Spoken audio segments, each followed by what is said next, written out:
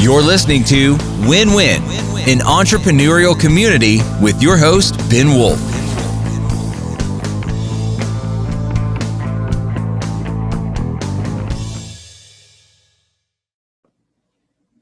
Welcome to Win-Win, an entrepreneurial community. This is your host, Ben Wolf, and I'm pleased today that our guest is going to be speaking about how small business owners can get a grip on their numbers. I always remind you, as always, to subscribe, leave a review. That will make the content here more accessible to other people, make it more accessible to yourself in the future as well. So please pause this for 1 second, subscribe, leave a review, like, comment, whatever it lets you do on the platform on which you are listening to or watching this. So with that, I will tell you some information about our guest today, who is the founder and CEO of the Creatives CFO. That's possessive, which provides CFO, bookkeeping, and accounting services for women who are small business entrepreneurs. She was previously an accountant at a major firm for over 10 years. You can find out about her firm at thecreativescfo.com. Again, that's creatives with an S, thecreativescfo.com. And I give you Dondrea Owens. Welcome. Thank you for having me, Ben. My pleasure, and I'm very much looking forward to this conversation. And I want to ask you what I do to all my guests is give us a little context here. Give us like a quick 2-minute background story history on how you got from wherever you came before to what you're doing now, the kind of work you're doing now we're speaking about. Yeah. Well, as you said, I worked for one of the larger national firms for over 10 years. And during that time, I got a little bit bored with numbers. Numbers have always been my strong suit. I love working with them, but at the same time, I needed something more tangible. And so I started doing a little bit of graphic design, which is far left from accounting. I found it a lot of fun, and I was designing wedding invitations and small business brands. And you can imagine that opened me up to meeting other creatives in that space. And what I found in working with them on those creative projects is that they didn't really have a good grip on their numbers. Mm-hmm. And whenever tax time rolled around, it was a real pain for them to pull everything together. And not only that, but they were taking the bookkeeping that they were doing and taking it to accountants who didn't really understand their business. Mm-hmm. They were used to brick and mortar and other service-based, but not for creatives. And so after, walking through that process with a couple of creatives, I decided to start my own business doing that very thing. And that's merging creative passions with knowing the numbers. Right. And that's, well, look, there's a couple aspects of that. I mean, I could relate to not having as extensive experience in the corporate world, but being 5 years in corporate law and then getting a little bored with that, and started as one of my hobbies during that time, actually started writing books for a rabbi that I'm close to. So I just published in January a 3rd book for him. But so definitely appreciate that, and getting into another sort of form of art. But I guess if you could say a little bit more about like the whoever you consider your target market to be, these business owners, these creatives, and I'm going to talk in a minute about what that means. But can you say a little bit more about what some of the main pain points are and the hardships or difficulties that they're going through, so that people who are listening or watching can really, if they're your target market, so to speak, like if they could see themselves in what in the pain points you're describing, so that your message afterwards will resonate more. Yes.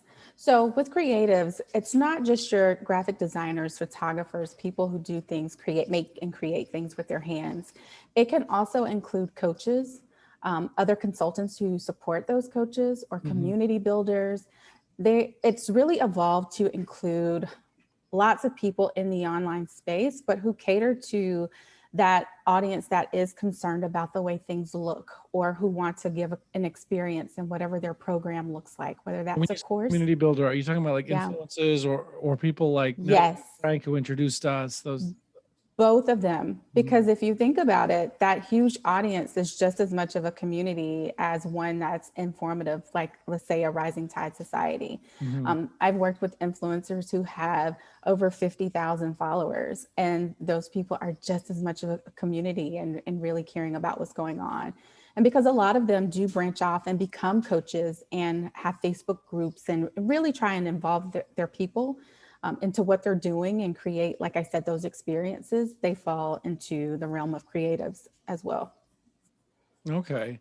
Yeah. And I guess how does this like unique target market of creatives, like how does that differ from other kinds of small business owners? Yeah. I found that they think differently. So if we're talking about a traditional small business owner, they are very much focused on that thing that they do and doing that thing or delivering that product. And I mainly focus on service based, but they're thinking about that, and it's really that it's not as entrepreneurial, if I can say it that way. So it is a general service that is a necessity or a need, and they provide it, and then they're off to the next thing. So think in terms of, let's say, like your plumbers or people who are generally service-based in that way. My people are more about how they're visually represented online, who is in their network and who they're associated with, and what kind of experience they're creating for their clients, and how can they contribute to the overall goal of that particular client. I'll give you an example. So let's say one of the coaches that I work with started out offering just a small education courses for people in the online space who wanted to be more visible online. From that, she developed a one-on-one coaching program for people who wanted to work more closely with her. From that, it turned into a group mastermind, a curated group of people who she had worked with one-on-one, who she knew would be a good fit to have a network together. And it's that sort of community building and being really intentional about who's in the audience and who's where in your programs that I see with the business owners I work with. And I'm curious, how do these more aesthetically oriented or community building oriented types of businesses differ, I guess, from a financial point of view, because that's how you're advising them. So like, I guess, how do they differ financially speaking from these other kind of business owners like plumbers, or the examples you gave? Yeah. So the very first thing is that their profit and loss statement looks a lot different. So the things that they invest in are very different. They have higher advertising and marketing spends often. You'll see them investing in themselves. So there's more education or consulting fees on their behalf. They don't really tend to have employees most of the time. They will have contractors that they work with in different capacities as needed. And what we find with these business owners is that their profit margins are way higher than your typical service-based business owner. And that's because they're able to operate with less overhead, and they kind of pick and choose when to bring on those additional expenses. And we're able to see the ROI a lot faster in these businesses. So they okay. So because those differences in the type of business affect how things run, even from a financial perspective, they just need a different kind of financial leadership and advice. Yeah. And I understand from your website that women business owners or women creatives are particularly your target market. Curious how or why that came about. Yeah. So the one thing I kept hearing in the very beginning when I started my business is that the women that I met were tired of being mansplained to. And I was so tickled by that because I've always been in the accounting industry, which is heavily male dominated. So it was never an issue for me. And I guess because that's my expertise and I was comfortable in that space, it meant one thing for me. But for someone who's already uncomfortable with money and who might not have a clear understanding, it can sometimes feel overbearing. And what I wanted to do was to bring a different softness, so to speak, to the space, and not do that level of explaining, but to rather be a friend and hold a hand and say, this is how we get to the next level, to sort of restore their confidence and empower them to become the sole decision makers. Because we're talking about, 5 years ago, especially when I would speak to some women, they had no idea what was going on in their business finances, but they also didn't know what was going on in their own personal finances. It was sort of a hands-off thing. And so I wanted to sort of aid and help women get more comfortable with money altogether. Yeah. All right. Yeah. So it sounds like you have a different approach working with your clients than I do. I guess than a typical male accountants or CFOs or fractional CFOs do. So that enables you to be able to communicate in a way that I guess people can hear, and they're not going to just not get the advice, maybe because don't feel comfortable with the people who might be giving it. Yeah. I tell my clients that it is a judgment-free zone, so, and no question is off limits. And with that, I model that behavior back to them. So when we're walking through the reports, I don't assume that they know anything. I'm explaining the things, and then we stop and we take a moment and I let them tell me what we're presenting means to them. So even if we're going like through in their own words. In their own words. And that's how we get them more comfortable with talking about the numbers and understanding what they mean. And what we find over time is that once we've done that enough, the questions that our clients come to the table with, like, it elevates. And so it's no longer those beginner level questions. We're in the intermediate. We're moving up to advanced. And I point that out to them along the way, just so that it can inspire confidence again. Right. They could be encouraged. Yeah. And all right, so I guess now getting to, so that's, kind of, I'd like to kind of set the context for the advice that you can give in our conversation right now, which is, okay, so that's the kind of people you're talking to and the businesses that you're working with. What, people unfamiliar with things. So what do you do? How do you work as a fractional CFO for some of these smaller business or these creative businesses? How do you work with your clients? What does it look like? What kind of, so they can understand the resources that will be available to them with a fractional CFO like yourself. If they would work with you, what does that look like? How do you serve your clients? Yeah. So at the lower level, so for the money manager package is what we call it, we work with those business owners to get a handle on what the numbers actually are. And so because a lot of the business owners we work with have actually unknowingly started businesses, meaning they are good at a thing. They started out maybe in a freelance capacity. So we want to get them thinking like a business owner. And that means monthly reporting. And so we get them really comfortable there. We also teach them how much to pay themselves, how to save for taxes, how to save for reinvestment in the business. And that is the real focus there. And how do you do that? What is it, even more like brass tacks? Is that like an hour a month? Like, what does that look like? Okay. So that is us doing the bookkeeping for them on a monthly basis. So you have a staff of bookkeepers. That's part of what you provide. Okay. Right. So there's a team of us. And we do the monthly bookkeeping. We also come in mid-month and kind of do a check-in at that point. So what it looks like is us doing like a little mid-month check-in on the bookkeeping. And then that way we can check in with those clients and say, here's the revenue goal that we set together. Here's where you are to that goal. Here's what's still to come. And we kind of let them give us feedback on whether it's likely at that point or if, they need something to make it happen. But that's just a communication checkpoint. At the end of every month, we close out their books. We provide them with statements. Those statements show them how much the business brought in, what went out the door, and what was left. And so that from a very basic cash basis standpoint, they see all of that information. Now, from there, we do an extra step. We look for how they are going to allocate their profit. So we've got 3 buckets: personal pay, because we want them always to be paying themselves from profit. Then we look at how much to set aside for estimated taxes for the quarter. And then we look at what to set aside for business savings. So we're kind of teaching them how to look at the money that they make in the course of a month and where it falls into each of those buckets. And then from there, we give them metrics to pay attention to.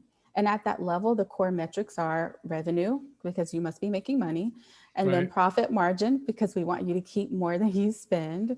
And then we're also looking at how much cash do you have on hand and how long would it sustain your business?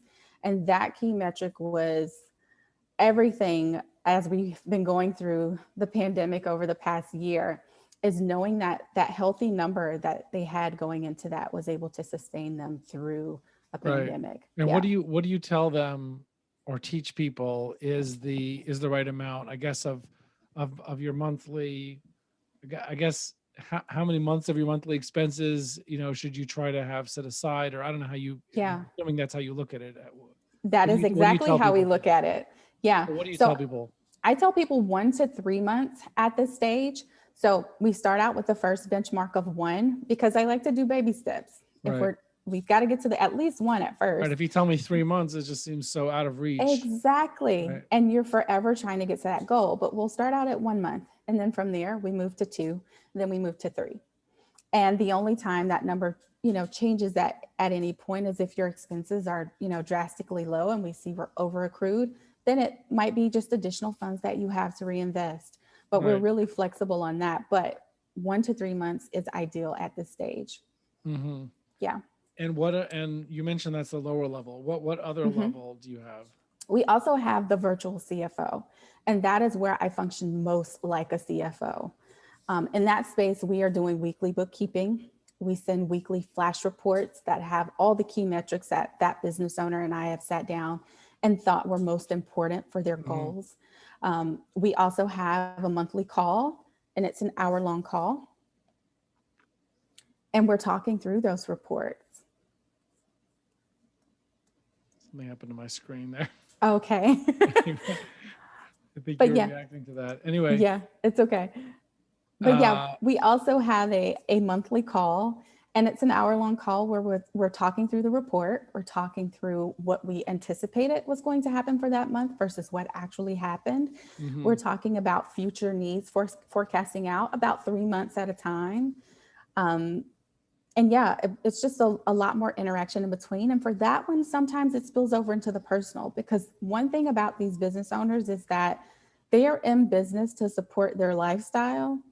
And it's only natural that we're going to talk about the personal, because we have to know what their personal needs are to sort of set the goals for the business. So we approach it from that direction as well. Right. Now, would you mind sharing some stories, some examples? I think it would help for business owners, particularly ones for my audience. If you have people who do have, whether it's employees or a number of contractors working for them, but would you be able to share some stories, as much detail as you can, just to make it clear, like, I guess, how people might bring in a fractional CFO, what that looks like, what it was like before, what it was like after, what happened? Yes. So the first one that comes to mind is an agency owner who produces podcast. And the thing that... Like, they do the editing and absolutely like that? Okay, social media. Mm-hmm. So they've got multiple clients that they're servicing, and it is a recurring service. And then they've got multiple people on the team. They actually have some employees, and those people are subcontractors. They're actually doing a bit of the work.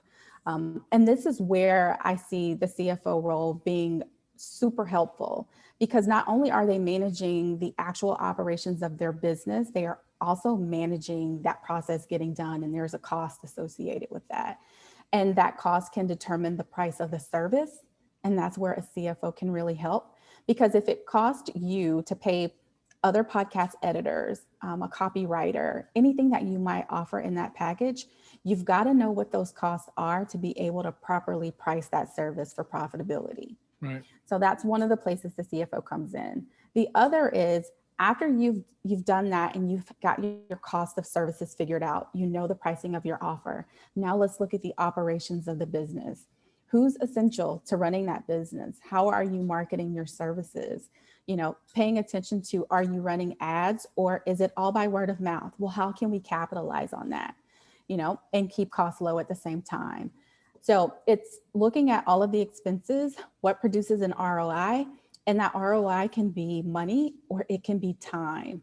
And the CFO actually looks at that as well, or I as a CFO look at that for my clients.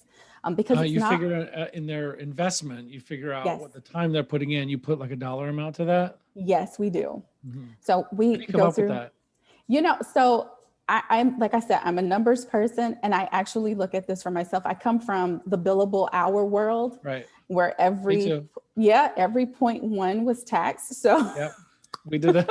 I'm a lawyer, right? We did 0.1, 6 minutes, boom, boom, boom. Exactly. I hated it. I hated it, but it has really helped in this capacity with clients. I feel like it gives me a leg up, but we have them go through time tracking for a week, and let's see what you're currently spending your time on. And if you're telling me you want to bring on, let's say, a VA or an executive assistant, and you're going to pay them this amount. Okay, well, if you do that, this is how much time it needs to save you. And then we see how well that's converting. Because, and it's not always How do you put a dollar amount on their time? Do you look at what they on their time. bill? We look at what they bill per client, and then we look at the pricing of the offer. So there's that component as well. We've actually had one of our CFOs decide to step out of certain parts of the process because her billing rate is much too high for it. Right. Yeah. Yep. And she's replaced herself with someone much cheaper who she's taught her own methodology for doing that particular thing. And she's able to get her time back, and now she sells more. So it's knowing where the CEO needs to be most profitable. Right. Absolutely. Yep. Like in EOS, we teach about the concept of delegate and elevate as being a key tool. And so it's delegate, things that you could delegate so that you could elevate to your own unique ability, that what you love doing and you're great at. And like you're saying that you could make more money at. I mean, if I could sell clients and, it's worth a lot more than the, 15, 25, 35, whatever I'm paying somebody else. Right. Exactly.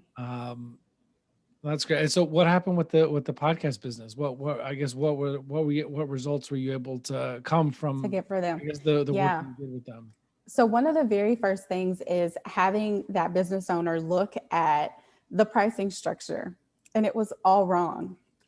And she saw very quickly, it was a very quick sell. Once you've got someone looking at what those numbers actually are and saying, you would have to work this hard to meet the goal that you're wanting to meet, and you really don't have to. There's a demand for your services. This is a reasonable price in the market. Do you mind me asking, what was the pricing model before and then what was after? So the pricing model before was, for lack of a better term, it was pretty cheap. It was entry level, but her services were anything but entry level for the work that she was doing. So I think we had 3 packages there, and I want to say the highest package might have been $1,000. For what? For an episode a week or something? No. So for that $1,000 pack, exactly. Those are my thoughts though. For that one package, it was a whole month's worth of episodes. So 4 to 5 episodes edited. For $1,000. Way too much. Way too much work. Wow. So we looked at the market, of course, because we will pull competitors and see what they're pricing their service at. And then we also look for differentiators. So in that way, we put a little bit of the marketing spin on there. What helps set you apart from the others? And is that a marketable thing? Would people pay additional for that? And for her, it was having that copywriter who focused on sales copy, because one of the things that her clients are always looking for is ways to repurpose content. And that person on her team allowed her to take them a step further without having to spend additional on their own teams for her clients. So looking at the pricing. So we more than doubled her pricing for that top tier package. And then we also looked at the packages underneath, which were, less robust, and price those in line with that top tier package. So that's the way we approached it. But did you find go ahead. No, at the same time, we made sure that each level, for the level of service they were getting, was still at least 70% profitability at a gross profit margin standpoint. And so that was the baseline for us there. Right. And I guess one thing that I think a lot of more junior entrepreneurs, I don't know the right word, entrepreneurs, people, who have not become experienced at it, is undervaluing themselves or the services that they or their company are providing. And so undercharging. Yeah. And I've heard, and I know your target market is women, and I've definitely heard that from several women, that they feel like that they tend to undervalue or undercharge themselves. Yeah, there's all sorts of reasons why. There's the imposter syndrome, like I don't feel like I have enough experience or that I know enough or whatever these things. And they have raving fans, clients. And I still get some of those. Then the other is projecting their own money mindset issues onto their clients, meaning I'm not sure that I would pay this or to someone else, but that doesn't mean that a person that you're pitching for your services, they might actually pay that. They might love to pay that, And then the other is just not having a handle on the numbers and knowing what you need to make to be profitable. And then Right. looking at that in terms of your capacity and your time available to serve, because that's a part too. So Right. it's all of those reasons. Yeah, I hear, and I mean, I guess the truth is that all the fractional leaders, all the fractional C-level executives that serve clients who I speak with, sometimes people do reach out to me like, "Hey, I'm looking into doing this," or Mhm. whatnot, and so I get in all these conversations, and sometimes I end up trying to finding myself kind of selling people themselves and Right. selling people and saying like, look, you're worth it, like you have like like, yes, you're only recently getting into this fractional leadership world, but you were a executive for 20 years like that, and Right. you did this and this, like you've done a lot of really great things, Hmm. and that has a value for people. That's not like, you don't just find that laying around on the street, like that's not Right. common. Yeah. And so hopefully get people's confidence up in themselves. um, and yeah, I mean, if you have any other Hmm. stories to share, I would love to hear that. Yeah. Well, in terms of getting their confidence up, one of the things that we do, and I'll give this example. We had a project manager who left corporate and was great, has great recommendations on LinkedIn. There's no reason why she should ever doubt herself. But she wanted to come into the market offering a really low price and just sort of get her feet wet. And very quickly, I think she signed a 3-month retainer at this low rate. Hmm. But very quickly, I want to say within the first month, she realized that she was bringing her best self to the table and doing all of this work and not being paid for it. So Right. it was an easy sell for her after that, because she now saw herself in this place and working this many hours, and her client was very satisfied. But she was feeling like she had shortchanged herself. And so we Right. see that a lot, especially as we go through price increases in businesses, because it is a natural thing that happens as your business grows and your experience grows. Your price can Right. change. And so getting people comfortable with saying that higher price, I even have an exercise where I say, this is the new price. Go stand in the mirror and say it until you get comfortable. Get comfortable saying that number, because sometimes that's all it is. They've never said that number before. Right. And, it feels a little uncomfortable. But yeah, we do all sorts of little mind tricks to get people Right. comfortable with numbers, because it's a scary place for some.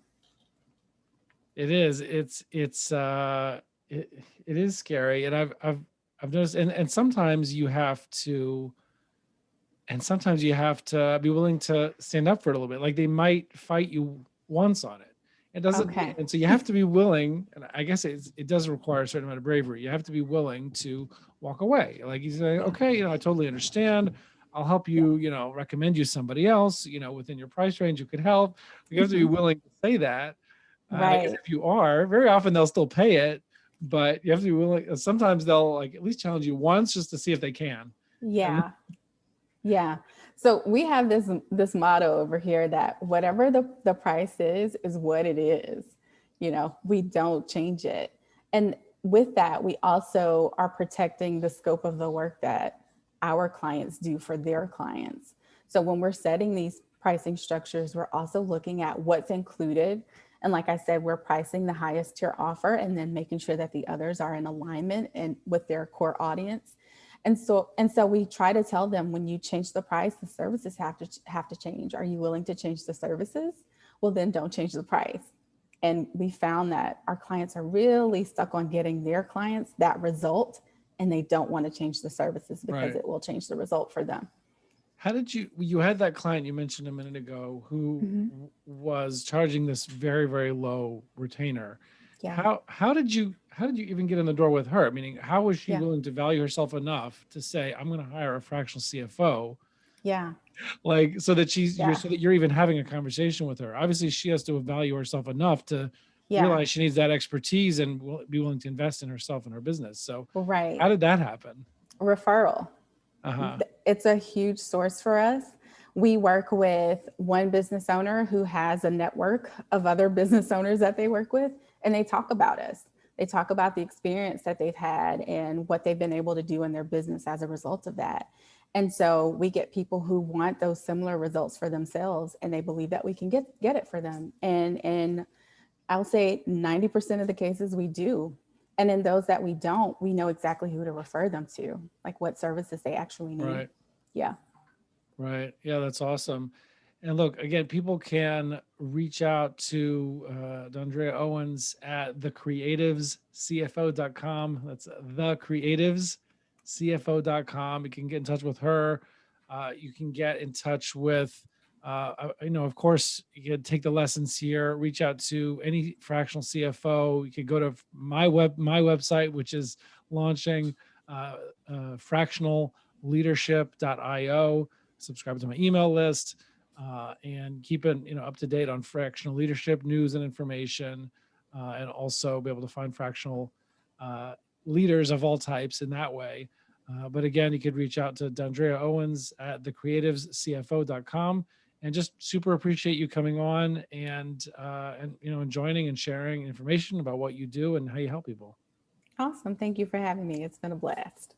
Thank you. Appreciate it. All the best, and see everybody else on the other side. Bye-bye. You're listening to Win-Win, an entrepreneurial community with your host, Ben Wolf.